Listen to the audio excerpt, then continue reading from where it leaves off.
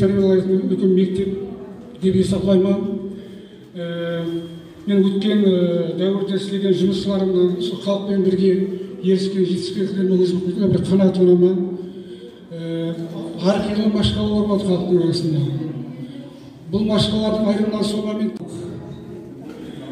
іс бұйырса сіздегі халық аяғымды қолға алып, басыммен жұмалаймын. Диққатларыңызға рахмет.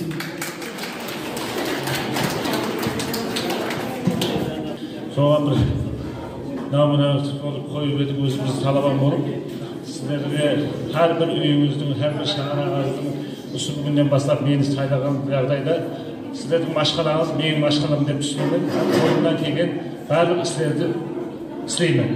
Рахмет.